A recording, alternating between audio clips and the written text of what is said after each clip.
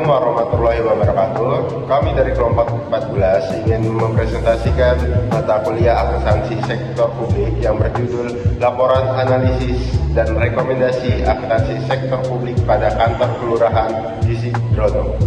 Mata kuliah dosen pengampu Bu Bulan Budi Astuti SEMSI. Di sini saya akan menjelaskan tentang objek yang kami kaji, yaitu adalah kantor kelurahan di Sidrono yang berada di Kecamatan Semarang Barat, Kota Semarang. Kelurahan kami pilih karena merupakan salah satu organisasi sektor publik yang paling dekat dengan masyarakat. Berbeda dengan organisasi bisnis yang berorientasi pada laba yang lainnya, keberhasilan organisasi sektor publik yang akan kami nilai pada saat ini yaitu adalah tentang kualitas pelayanan, transparansi, akuntabilitas, kepatuhan, serta manfaat yang diterima oleh masyarakat. Pada tahap UTS yang lalu kami telah melakukan observasi dan wawancara untuk mengetahui gambaran umum organisasi, tugas dan fungsi kelurahan, prosedur pelayanan, sumber anggaran secara umum, serta kendala dalam pelayanan. Dari hasil UTS ditemukan beberapa masalah utama. Yang pertama masih ada pemohonan yang berkasnya itu tidak lengkap. Hal ini menyebabkan pemohon harus datang kembali dan membutuhkan waktu yang lebih lama dalam proses pembuatan surat permohonan yang diajukan oleh pemohon. Yang kedua ada proses pemeriksaan dokumen, itu membutuhkan ketelitian dan pengecekan ulang.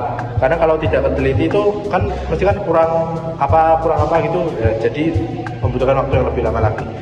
Yang ketiga itu ada pemanfaatan layanan dan arsip digital, itu masih perlu dikembangkan. Yang keempat, sarana pelayanan seperti komputer, printer, jaringan internet, dan ruang tunggu itu masih harus perlu adanya peningkatan dan diperhatikan sesuai kondisinya. Dalam laporan UAS pada kali ini, pembahasan kami itu tidak hanya mendeskripsikan tentang objek, tapi juga menganalisis tentang penganggaran, laporan keuangan, kinerja, value for money, gap analisis, dan rekomendasi perbaikan. Dari sisi penganggaran, Kelurahan Sidrono memperoleh dukungan anggaran melalui APBD Kota Semarang berdasarkan ringkasan PPID tahun anggaran 2025. Belanja kelurahan dikelompokkan menjadi dua, yaitu belanja operasi dan belanja modal. Belanja operasi berkaitan dengan kebutuhan kegiatan dan operasional, sedangkan belanja modal berkaitan dengan pengadaan aset dan fasilitas yang manfaatnya lebih dari satu periode. Berdasarkan data yang tersedia, total anggaran kelurahan di Sidrono pada tahun 2025 adalah sebesar 6.435.568 rupiah. Sedangkan realisasinya sebesar 6.607.939.348 rupiah. Dengan demikian, tingkat realisasi anggaran mencapai 95,56%. Untuk belanja operasi, anggaran sebesar 5.158.435.598 rupiah dan realisasinya sebesar 4.890.753.543 rupiah dengan pencapaian 94,81%. Sedangkan belanja modal memiliki anggaran sebesar 1.191.000.000 dan realisasinya sebesar 1.177.185.805 rupiah dengan capaian yang 98,84%. Tingkat penyerapan anggaran yang tinggi menunjukkan bahwa sebagian besar anggaran telah digunakan. Namun, penyerapan yang tinggi belum otomatis membuktikan bahwa anggaran sudah ekonomis, efisien, dan efektif. Untuk menilai hal tersebut masih dibutuhkan data tambahan seperti output kegiatan, kualitas pelayanan, waktu penyelesaian, jumlah penerima manfaat, serta kendala dalam pelaksanaan program. Selanjutnya, pembahasan yang selanjutnya akan disampaikan oleh teman saya. Pada bagian kedua ini saya akan menjelaskan mengenai analisis laporan keuangan, transparansi informasi, indikator kinerja, dan konsep value for money pada Kelurahan Gisidrono. Nah, berdasarkan informasi dari portal PPID Kelurahan Gisidrono, terdapat beberapa jenis laporan atau informasi keuangan tahun 2025 yang dapat diidentifikasi. Laporan tersebut antara lain laporan realisasi anggaran, neraca, laporan operasional, laporan arus kas, dan catatan atas laporan keuangan atau CALK.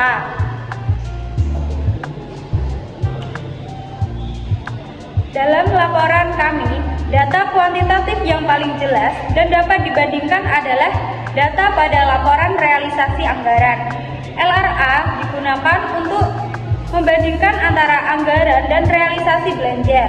Sementara itu, neraca digunakan untuk menggambarkan posisi aset, kewajiban, dan ekuitas. Laporan operasional digunakan untuk menggambarkan pendapatan dan beban berbasis aktual. Adapun laporan arus kas dan CALK digunakan untuk memberikan informasi arus kas serta penjelasan atas angka dan kebijakan akuntansi. Ketersediaan informasi laporan keuangan di PPID merupakan hal yang positif karena mendukung transparansi. Dengan adanya informasi tersebut, masyarakat dapat mengetahui bagaimana anggaran publik dikelola dan direalisasikan. Namun, keterbukaan informasi keuangan dalam bentuk nominal saja belum cukup. Agar lebih bermakna, informasi keuangan sebaiknya dihubungkan dengan program, target output, realisasi fisik, penerima manfaat kendala, dan tindak lanjut.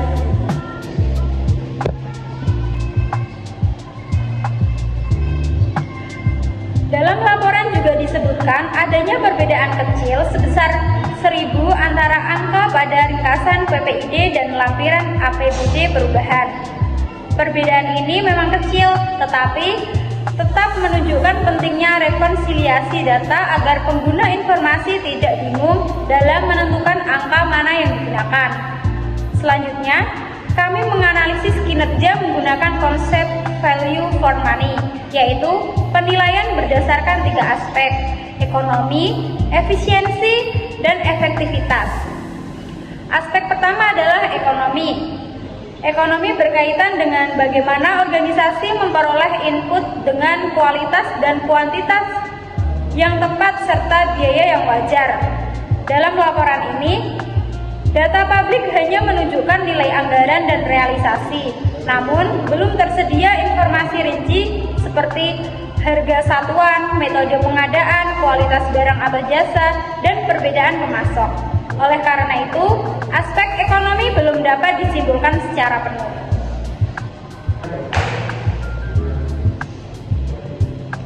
Aspek kedua adalah efisiensi. Efisiensi melihat hubungan antara input dan output. Dari hasil UTS ditemukan adanya kunjungan ulang karena berkas tidak lengkap dan adanya pemeriksaan berulang. Hal ini menunjukkan masih ada waktu dan tenaga yang dapat dihemat. Upaya seperti membuat checklist persyaratan, menyediakan informasi digital, menata arsip, serta mencatat waktu pelayanan dapat membantu meningkatkan efisiensi pelayanan. Aspek ketiga adalah efektivitas. Efektivitas berkaitan dengan pencapaian tujuan. Tujuan utama kelurahan adalah memberikan pelayanan kepada masyarakat dan menjalankan program pemerintahan di wilayahnya. Efektivitas dapat dibuktikan melalui beberapa indikator, seperti waktu penyelesaian layanan, jumlah layanan, selesai tepat waktu, jumlah keluhan yang ditindaklanjuti, tingkat kepuasan masyarakat, serta pemanfaatan kanal digital.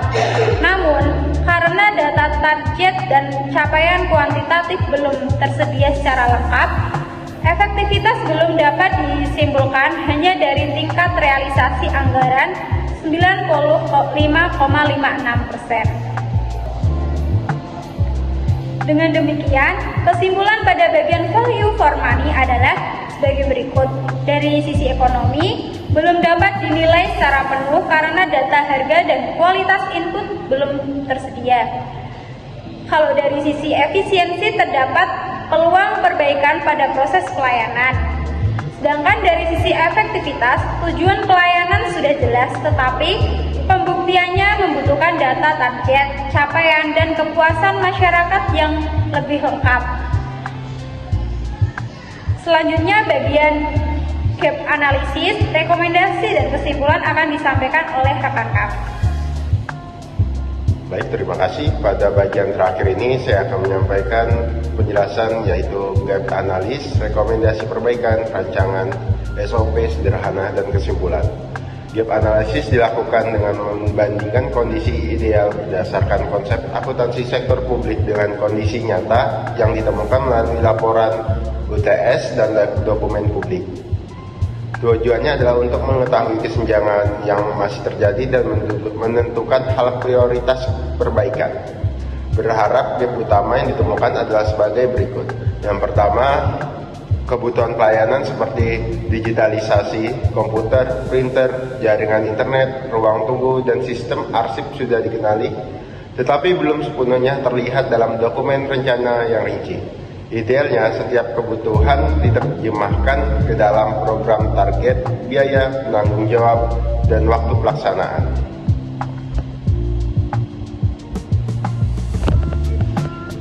Nah, yang kedua, partisipasi masyarakat melalui koordinasi dengan RT, RW, tokoh masyarakat, dan warga sudah ada, namun belum tersedia bukti yang menunjukkan hubungan antara usaha masyarakat dengan keputusan anggaran. Idealnya setiap usaha masyarakat perlu didokumentasikan, diberi status, dijelaskan apakah diterima atau ditolak, dan disertai alasan keputusan. Yaitu yang ketiga, ada ringkasan anggaran dan realisasi sudah tersedia, tetapi belum dipadukan secara lengkap dengan output kegiatan. Akhirnya, tingkat penyerapan anggaran belum bisa langsung menjelaskan manfaat pelayanan kepada masyarakat. Dan yang keempat, ada informasi laporan keuangan sudah tersedia melalui PPID, tetapi rincian neraca, LO, dan CALK belum dianalisis secara penuh. Oleh karena itu, kondisi keuangan belum dapat dievaluasi secara menyeluruh.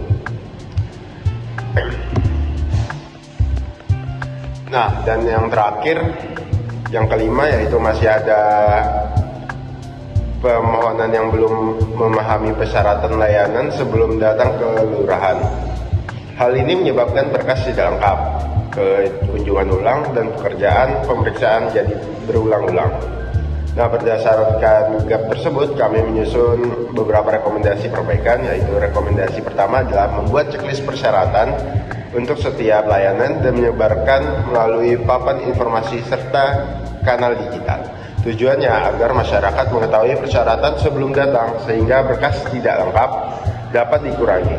Nah, rekomendasi kedua adalah menyusun rekap layanan harian atau bulanan yang berisi jumlah layanan masuk, selesai, tertunda, waktu penyelesaian, dan keluhan.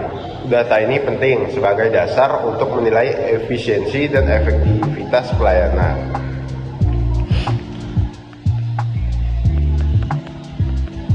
Nah, rekomendasi ketiga adalah menyusun matriks rencana dan realisasi kegiatan. Matriks ini memuat anggaran realisasi, output, capaian, kendala, dan tindak lanjut, dan penanggung jawab. Dengan format ini, informasi keuangan tidak berdiri sendiri tetapi dapat dikaitkan dengan hasil pelayanan. Rekomendasi keempat adalah mendokumentasikan usulan RT, RW, dan warga beserta status pembahasannya. Hal ini penting agar partisipasi masyarakat menjadi lebih terlacak.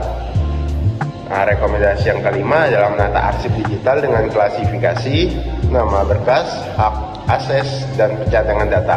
Tujuannya agar pencarian dokumen lebih cepat dan resiko kehilangan dokumen dapat dikurangi. Nah, yang keenam adalah menyajikan ringkasan program anggaran, realisasi output, dan capaian melalui PPID. Hal ini akan meningkatkan transparansi dan akuntabilitas. Nah, yang terakhir ada rekomendasi yang ketujuh adalah melakukan evaluasi ekonomi, efisiensi, dan efektivitas secara berkala.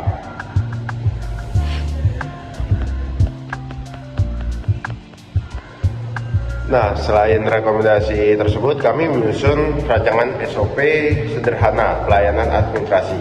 Alurnya dimulai dari permohonan memperoleh informasi persyaratan melalui papan informasi, media sosial, atau kanal digital. Selanjutnya, petugas pemeriksaan kelengkapan berkas menggunakan checklist. Jika berkas belum lengkap, berkas dikembalikan dengan catatan kekurangan yang jelas. Jika lengkap, berkas diregistrasi, diproses, diverifikasi, dan diajukan untuk otorisasi pejabat berwenang. Setelah dokumen selesai, dokumen diserahkan kepada pemohon dan waktu penyelesaiannya dicatat. Keluhan, keterlambatan, dan pengembalian berkas kemudian direkap sebagai bahan evaluasi bulanan. Nah, kesimpulan dari laporan ini adalah bahwa Kelurahan Gisiktrono telah memiliki pelayanan yang berjalan dan informasi anggaran dapat diakses melalui PPID. Realisasi anggaran tahun 2025 juga tergolong tinggi, yaitu sebesar 95,56%. Namun, penyerapan anggaran yang tinggi belum cukup untuk menyimpulkan bahwa pelayanan sudah ekonomis, efisien, dan efektif. Masih dibutuhkan data output, capaian pelayanan, waktu penyelesaian, kepuasan masyarakat, dan tindak lanjut perbaikan. Dengan adanya checklist persyaratan, rekap pelayanan, matriks rencana dan realisasi, dokumentasi partisipasi arsip digital, serta evaluasi berkala, diharapkan pelayanan Kelurahan Gisiktrono dapat menjadi lebih transparan, akuntabel, efisien, dan bermanfaat bagi masyarakat. Demikian presentasi dari kelompok kami. Terima kasih. Wassalamualaikum warahmatullahi wabarakatuh.